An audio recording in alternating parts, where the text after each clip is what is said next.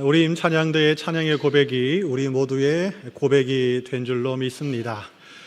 지난주 월요일부터 우리 교회는 남녀 선교회를 중심으로 전교인 성경 통독을 시작하고 있습니다. 여러분 기억하고 계십니까?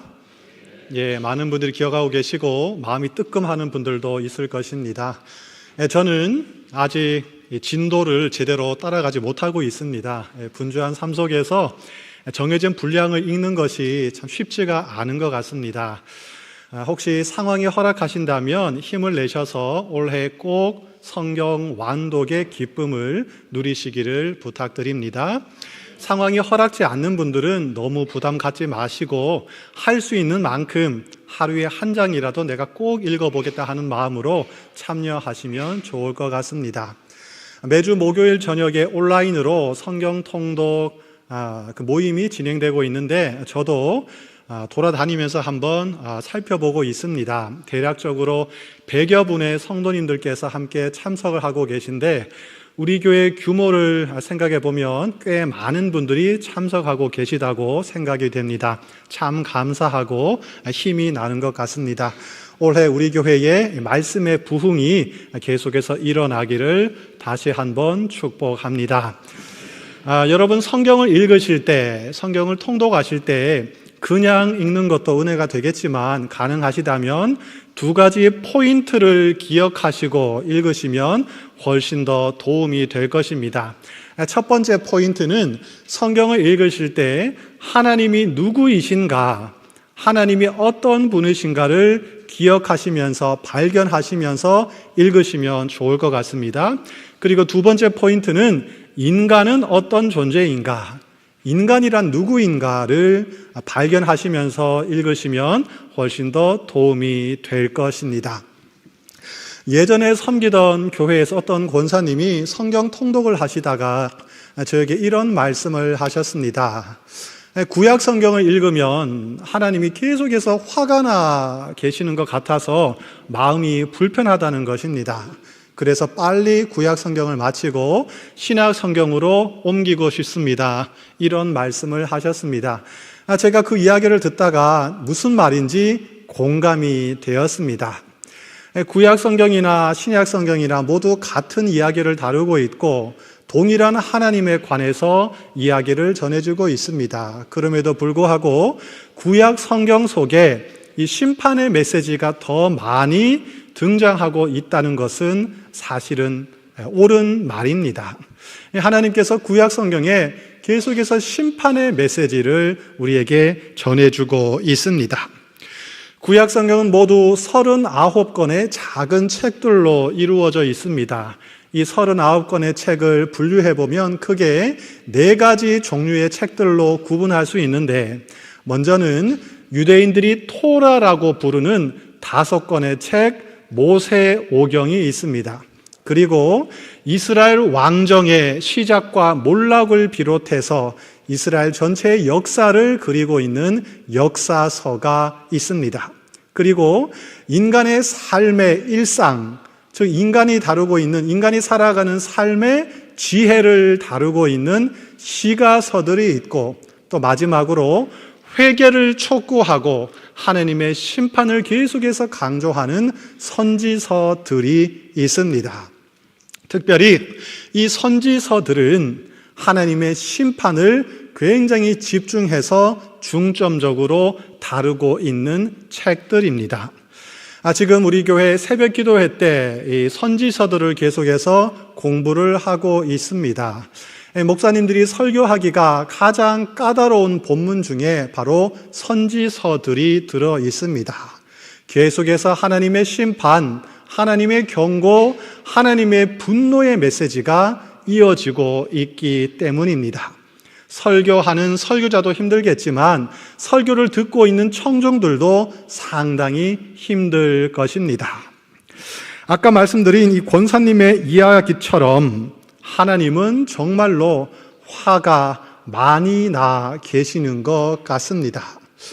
여러분이 하루 일과를 마치고 지친 몸을 이끌고 집에 들어갔는데 여러분의 배우자, 여러분의 남편과 아내, 또는 여러분의 부모님, 자녀들이 날마다 얼굴을 찌푸리고 화를 내고 분노하고 있다면 여러분 집에 들어가고 싶으실까요? 들어가기 싫으실 것입니다. 문을 열고 딱 들어갔는데 여보 나 왔어 하는데 왜 이제 왔어? 기분이 안 좋겠죠. 그 다음날 문을 딱 열었는데 왜 벌써 왔어? 또 기분이 안 좋겠죠. 그 다음날 들어갔는데 왜 왔어? 이러면 상당히 낙심이 되고 집에 들어가기가 힘들 것입니다. 성경을 딱 펼쳐 읽었는데 하나님의 분노가 나타납니다. 성경을 또 펼쳐 읽었는데 하나님의 심판이 나타납니다. 성경 읽기가 싫어질 것입니다. 왜 이렇게 하나님은 우리에게 분노를 하고 계실까요?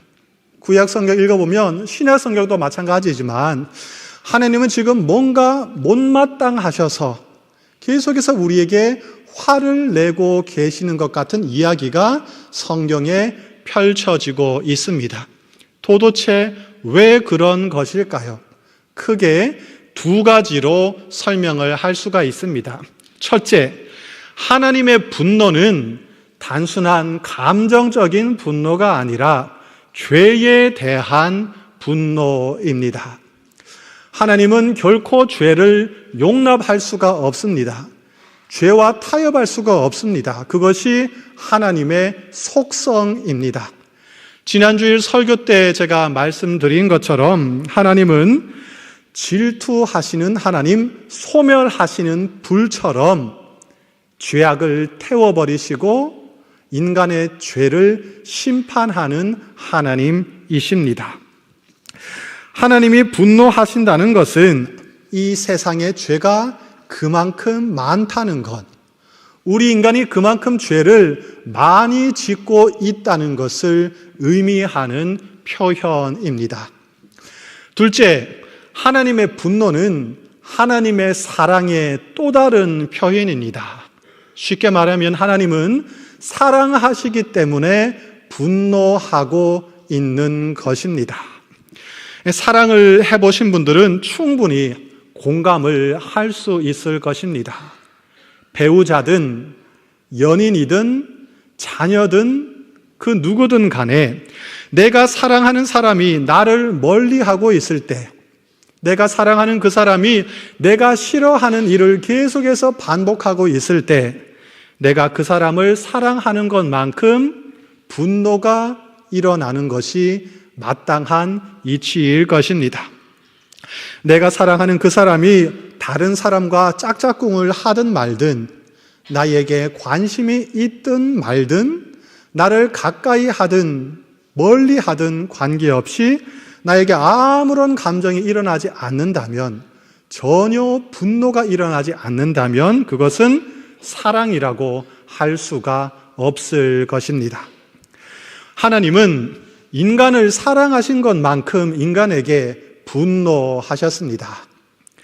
하나님은 피조물이 누릴 수 있는 최고의 것, 가장 좋은 것을 우리 인간에게 허락해 주셨습니다. 하나님은 인간을 하나님의 형상대로 만들어 주셨습니다. 인간이 스스로 선택할 수 있는 자유의지를 허락해 주셨고, 사랑할 수 있는 능력과 새로운 것을 만들어낼 수 있는 창조적인 능력을 우리 인간에게 허락해 주셨습니다.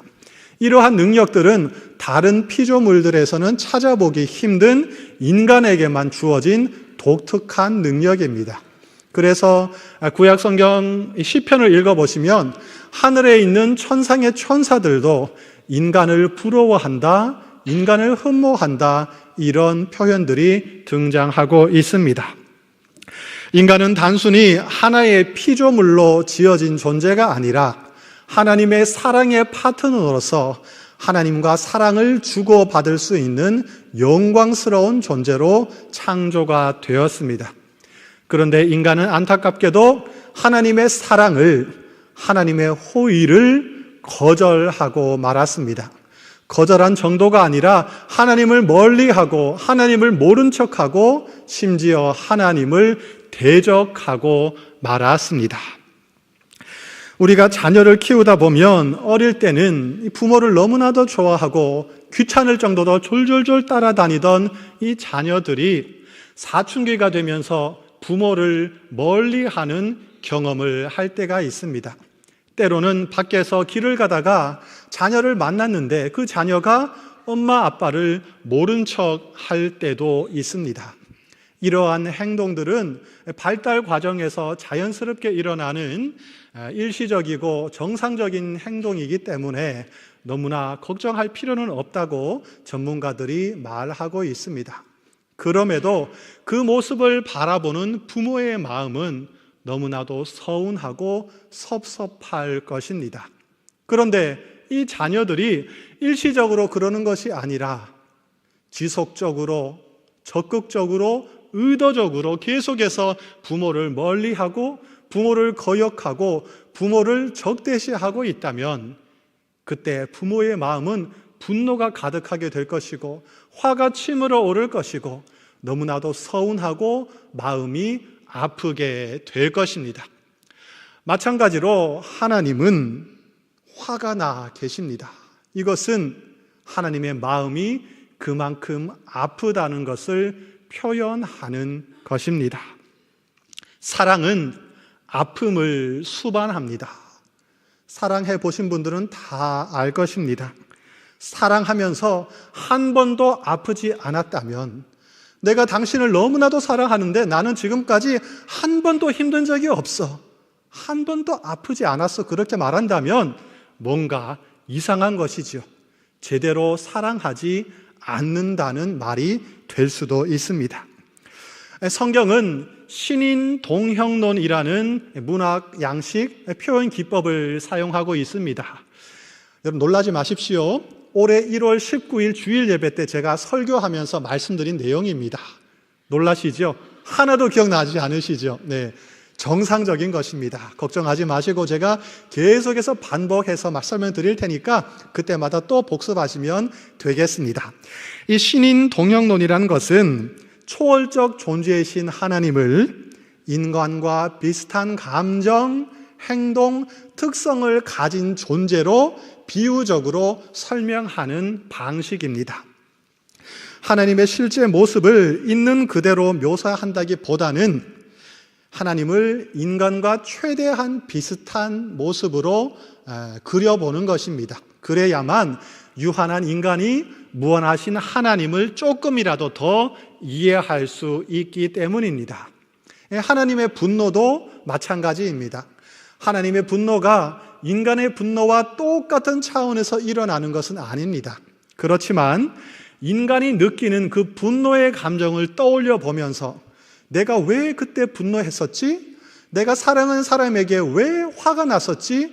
이런 것을 떠올려 보면 하나님의 그 마음이, 하나님의 분노가 이해가 되는 것이지요.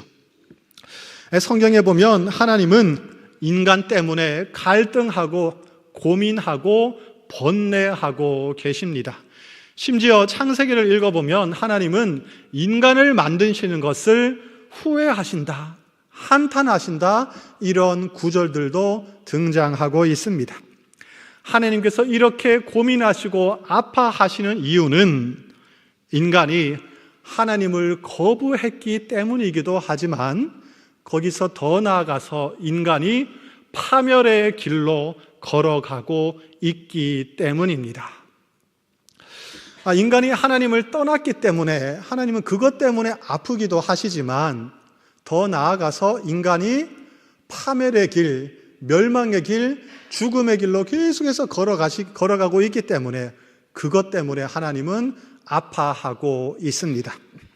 만약 인간이 하나님을 떠나서라도 잘 살 수 있다면 섭섭하기는 하겠지만 하나님은 그토록 아파하지는 않을 것입니다. 그러나 하나님을 떠난 인간은 절대로 제대로 살 수가 없습니다. 왜냐하면 하나님이 생명의 근원이시고 하나님이 복의 근원이시기 때문입니다. 생명의 근원이신 하나님을 떠나서, 복의 근원이신 하나님을 떠나서 어디에 가서, 세상 어디에 가서 참된 생명과 참된 만족을 얻을 수가 있겠습니까? 여러분, 뿌리가 뽑힌 꽃을 한번 머릿속에 떠올려 보시기를 바랍니다. 뿌리가 뽑힌 꽃이라 할지라도 향기가 날 수가 있습니다. 싱싱하게 살아있고 아름다운 색깔을 띌 수가 있습니다. 그러나 그것은 잠깐뿐이지요. 얼마 가지 않아서 뿌리가 뽑힌 이 꽃은 시들 것이고 메말라서 죽게 될 것입니다. 왜냐하면 생명이 단절되었기 때문입니다. 뿌리가 뽑혔기 때문입니다. 하나님을 떠난 인간은 생명의 가치 대신에 죽음의 가치를 선택했고, 사랑 대신에 미움을 선택했고, 진실 대신 거짓을 선택했습니다. 하나님을 떠난 인간은 스스로를 파괴하고 옆에 있는 다른 사람을 파괴하고 세상을 파괴하는 안타까운 죄악을 저지르고 말았습니다.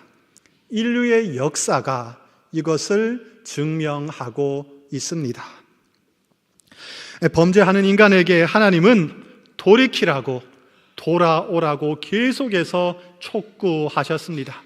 수많은 선지자들을 보내셔서, 수많은 주의 종들을 보내셔서 타이르기도 하시고 고함을 치기도 하시고 때로는 협박하시고 경고를 하기도 하셨습니다. 그러나 인간은 꿈쩍도 하지 않았습니다. 하나님은 오랫동안 참고 기다리고 인내를 하셨지만 공의로우신 하나님은 절대로 죄를 그냥 두고 볼 수 없는 하나님이시기 때문에 마침내 그 죄악을 심판하셨습니다. 하나님께서 손을 들어서 인간을 치실 때 인간은 너무나도 아팠고 큰 충격을, 고통을 받고 말았습니다. 구약 성경을 읽어보면 이스라엘 백성은 계속해서 죄를 짓다가 하나님의 심판을 받아서 나라가 완전히 멸망하는 일을 당하고 말았습니다. 적국의 손에 수많은 백성들이 끌려갔고 수탈을 당했고 나라가 완전히 패망하는 안타까운 경험을 하고 말았습니다. 그들이 그토록 자랑하던 예루살렘 성전이 회파되었고 집들이 불에 탔고 삶의 터전이 완전히 망가지는 비극을 경험하고 말았습니다. 그들의 죄의 대가, 죄의 결과였습니다. 그런데 하나님께서는 그들의 그 아픔을 보시고 또 마음이 아파오기 시작했습니다. 하나님은 마음이 찢어지는 고통을 느끼고 말았습니다. 하나님이 그토록 사랑하시는 하나님의 백성, 하나님의 자녀들이 그처럼 고통을 당하고 슬퍼하는 모습을 보면서 하나님은 견딜 수가 없었습니다. 자녀를 키우다 보면 자녀의 잘못된 행동을 교정하기 위해서 안타깝지만 훈육을 해야 할 때가 있습니다. 정말 힘들어서 차라리 훈육하고 싶지 않다 이런 생각이 들다가도 자녀를 위해서 힘을 내서 또다시 사랑의 매를 들 때가 있습니다. 그러다 보면 때로는 언성이 높아지기도 하고 화를 낼 때가 있습니다. 평소에는 그렇게 에너지가 많고 부모에게 막 대들던 그 자녀가 풀이 죽고 기가 죽어서 부모의 눈치를 보면서 무서워하는 모습을 보면 방에 들어가서 방문을 걸어 잠그고 울고 있는 모습을 보면 부모의 마음은 또 무너지는 것입니다. 그래서 혼나는 자녀보다 혼내는 부모가 훨씬 더 힘든 법이지요. 자녀들은 그것을 깨닫지 못합니다. 부모가 되어서야 그 부모의 마음을 조금씩 이해하기 시작합니다. 오늘 본문 말씀은 바로 이러한 상황을 우리에게 가르쳐 주고 있습니다. 7절 말씀입니다. 제가 읽어드리겠습니다. 내 백성이, 내 자녀가 끝끝내 내게서 물러가나니 비록 그들을 불러 위에 계신 이에게로, 즉 하나님 아버지께로 돌아오라 할지라도 일어나는 자가, 돌아오는 자가 하나도 없구나. 죄에서 돌이키지 않는 이스라엘 백성에게 마침내 하나님의 심판의 불이 임했습니다.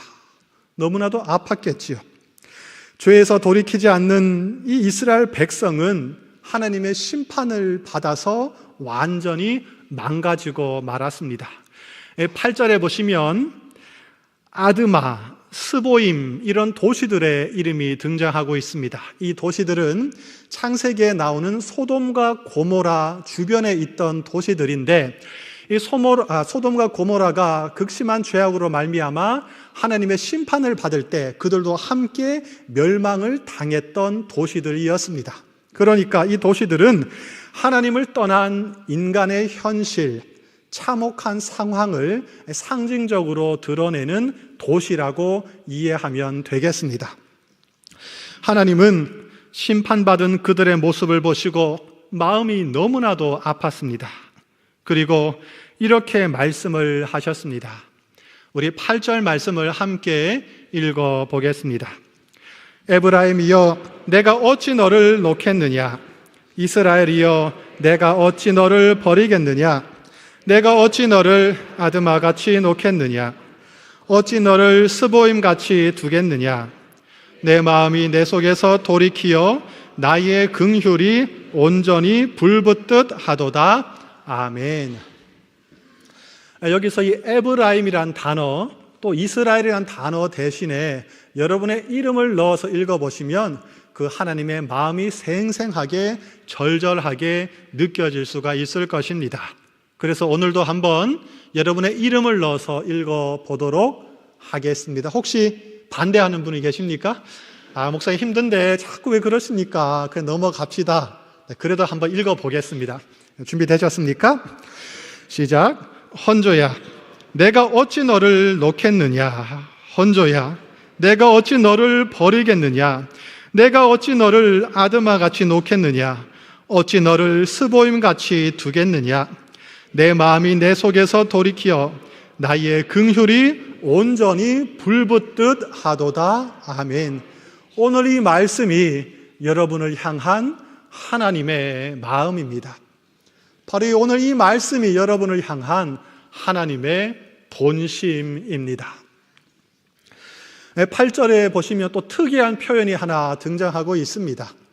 돌이키어 하나님께서 그 마음을 돌이킨다 이렇게 말씀을 하시죠. 여러분 잘 아시는 대로 돌이킨다는 이 표현은 회개한다는 의미를 담고 있습니다. 신학자들은 오늘 이 표현에서 이 구절에서 하나님의 회개라는 이 독특한 신학 개념을 발견했습니다. 하나님께서 내가 지금 회개한다 이렇게 말씀을 하고 계십니다.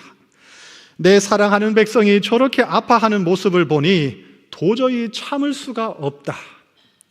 저들을 향한 나의 긍휼이 불붙듯 타올라서 도저히 견딜 수가 없다. 그래서 내가 이제 내 마음을 돌이키겠다. 내 분노를 돌이키고 말겠다. 이렇게 하나님께서 말씀하십니다. 그리고 이어지는 9절에서 하나님은 다짐을 하고 계십니다. 우리에게 약속을 하는 것이지요. 내가 나의 맹렬한 진노를 나타내지 아니하며 내가 다시는 에브라임을 멸하지 아니하리니 이는 내가 하나님이요 사람이 아님이라. 내 가운데 있는 거룩한 이니 진노함으로 내게 임하지 아니하리라. 그래서 우리가 문을 열고 하나님께 찾아가면 하나님은 환한 미소를 띠시고 우리를 따스한 품으로 팔로 안아주시는 것입니다.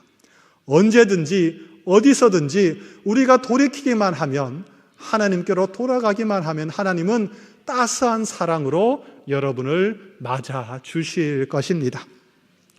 하나님은 인간을 또다시 용서하시고 사랑하기로 결심을 하셨습니다.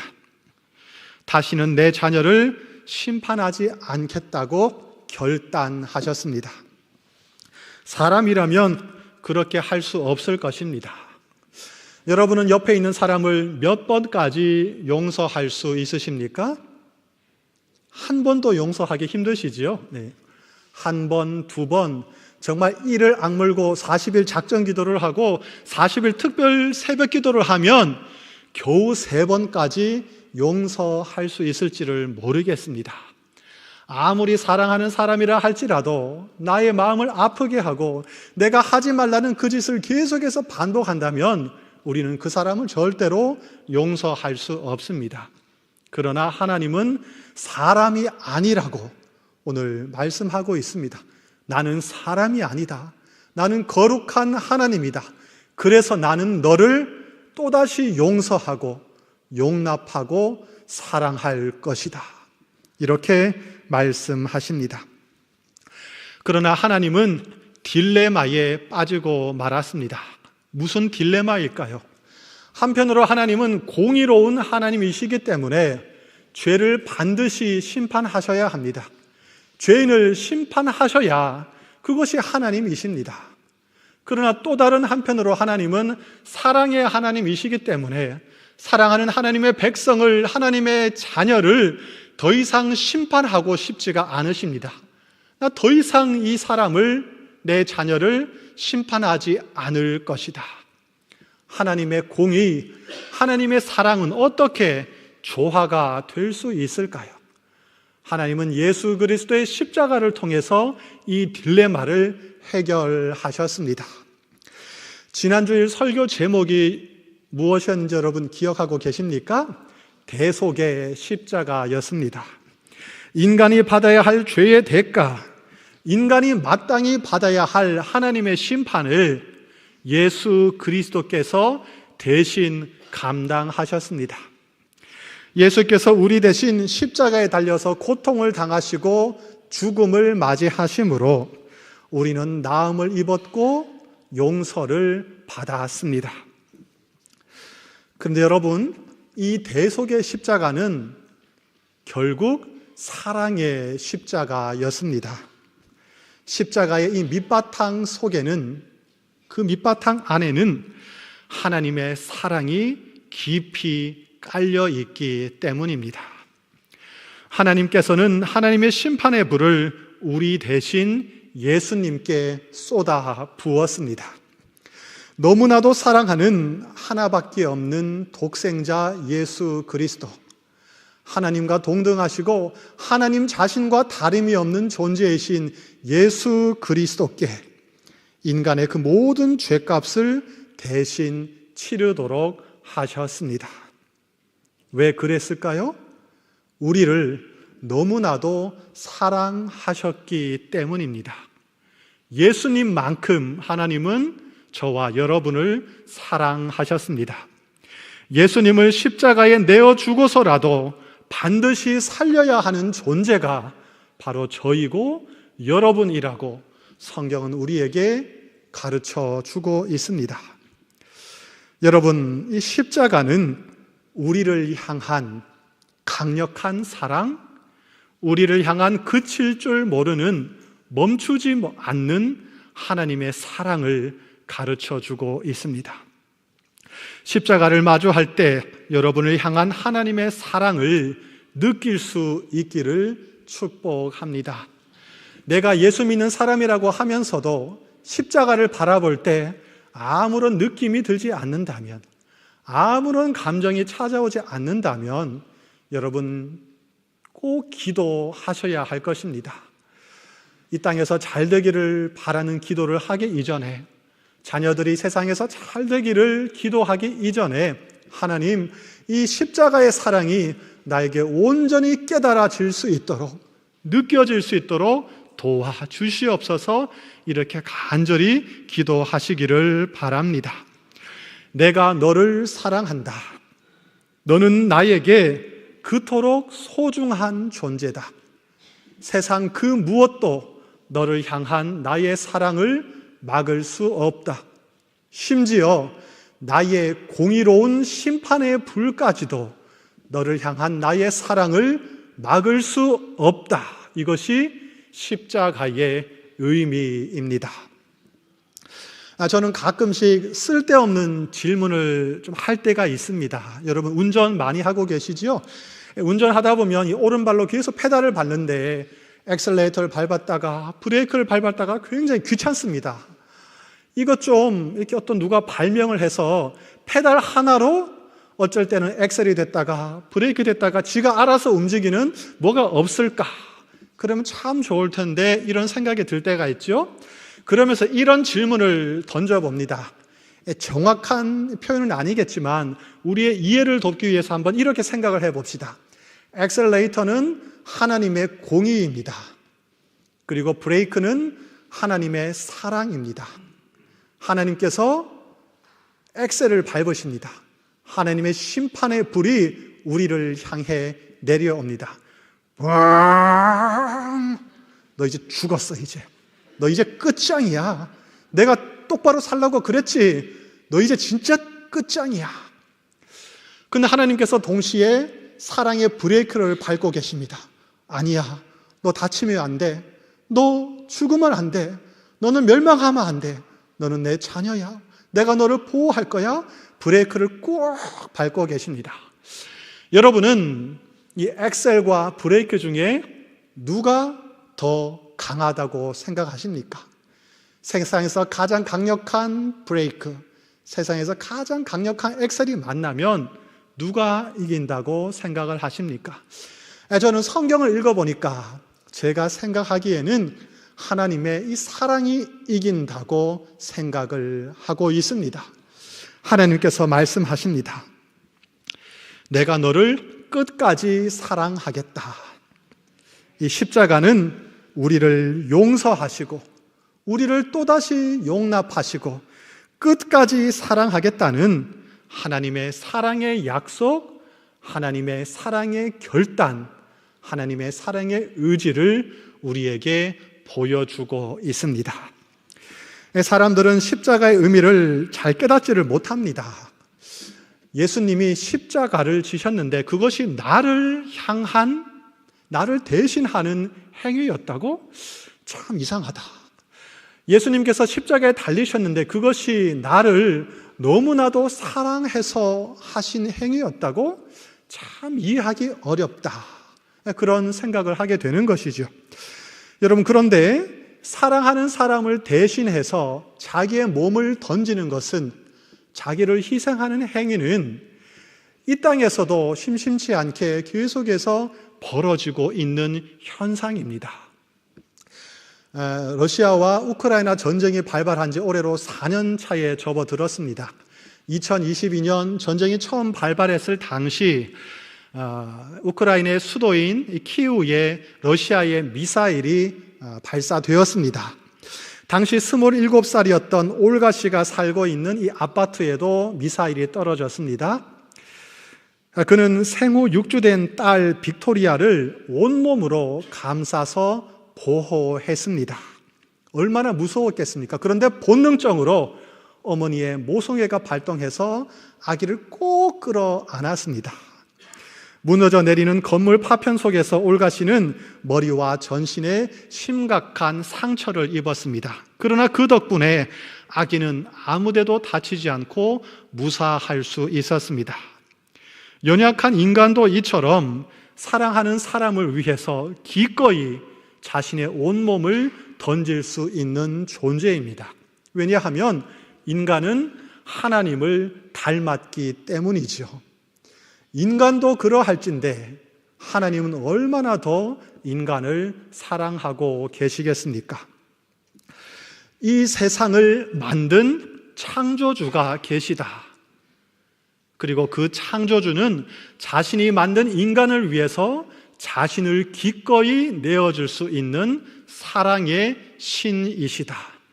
그러므로 그 사랑을 받아들여라. 이것이 기독교의 가르침입니다. 기독교의 그 모든 가르침을 압축하면 이렇게 요약을 할 수 있습니다. 한 번 더 해볼까요? 이 세상을 창조하신 창조주가 진짜 계시다. 그런데 그 창조주는 자신이 만든 인간을 위해서 자신을 기꺼이 내어줄 수 있는 사랑이 가득한 신이시다. 그러므로 그 사랑을 받아들여라. 이것이 기독교입니다. 이것이 십자가의 의미입니다. 하나님의 사랑의 빛은 지금도 계속해서 끊임없이 여러분을 향해 비춰오고 있습니다. 하나님의 사랑을 받아들일지 거부할지는 일정 부분 여러분의 선택에 달려 있습니다.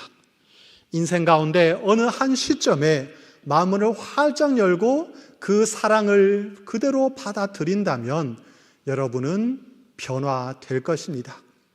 매일매일 날마다 그 하나님의 사랑을 바라보고 그 사랑을 내 마음속에 온전히 받아들인다면 여러분의 삶은 변화가 될 것입니다. 사랑받는 사람은 변할 수밖에 없습니다.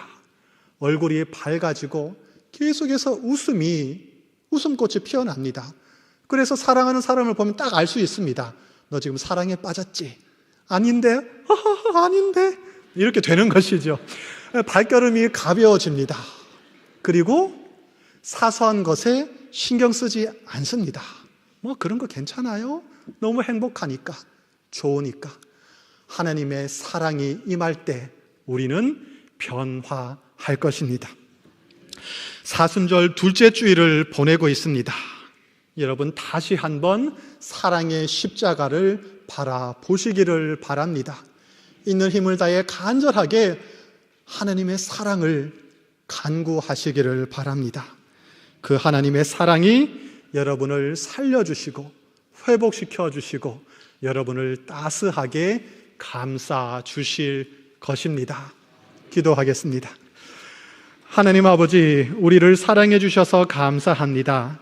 하나님을 알지도 못했고 알아도 모른 척했고 하나님의 사랑이 때로는 부담스러워서 하나님을 멀리했던 우리를 그럼에도 끝까지 사랑해 주시니 감사합니다. 우리를 위하여 독생자 예수 그리스도를 십자가에 내어주신 하나님의 지극하신 사랑, 자비, 긍휼을 우리가 진정으로 깨달을 수 있기를 원합니다. 예수님의 십자가를 묵상하며 하나님의 사랑을 되새기는 복된 사순절이 되게 하여 주옵소서. 예수 그리스도의 사랑의 십자가를 꼭 붙잡도록 우리를 인도하여 주시옵소서. 하나님의 사랑으로 말미암아 우리가 살아나고 회복될 것을 믿습니다. 오늘도 내일도 하나님의 사랑 안에 거하는 우리 모두, 우리 가정, 우리 교회가 되게 하여 주시옵소서. 예수님의 이름으로 기도하옵나이다. 아멘.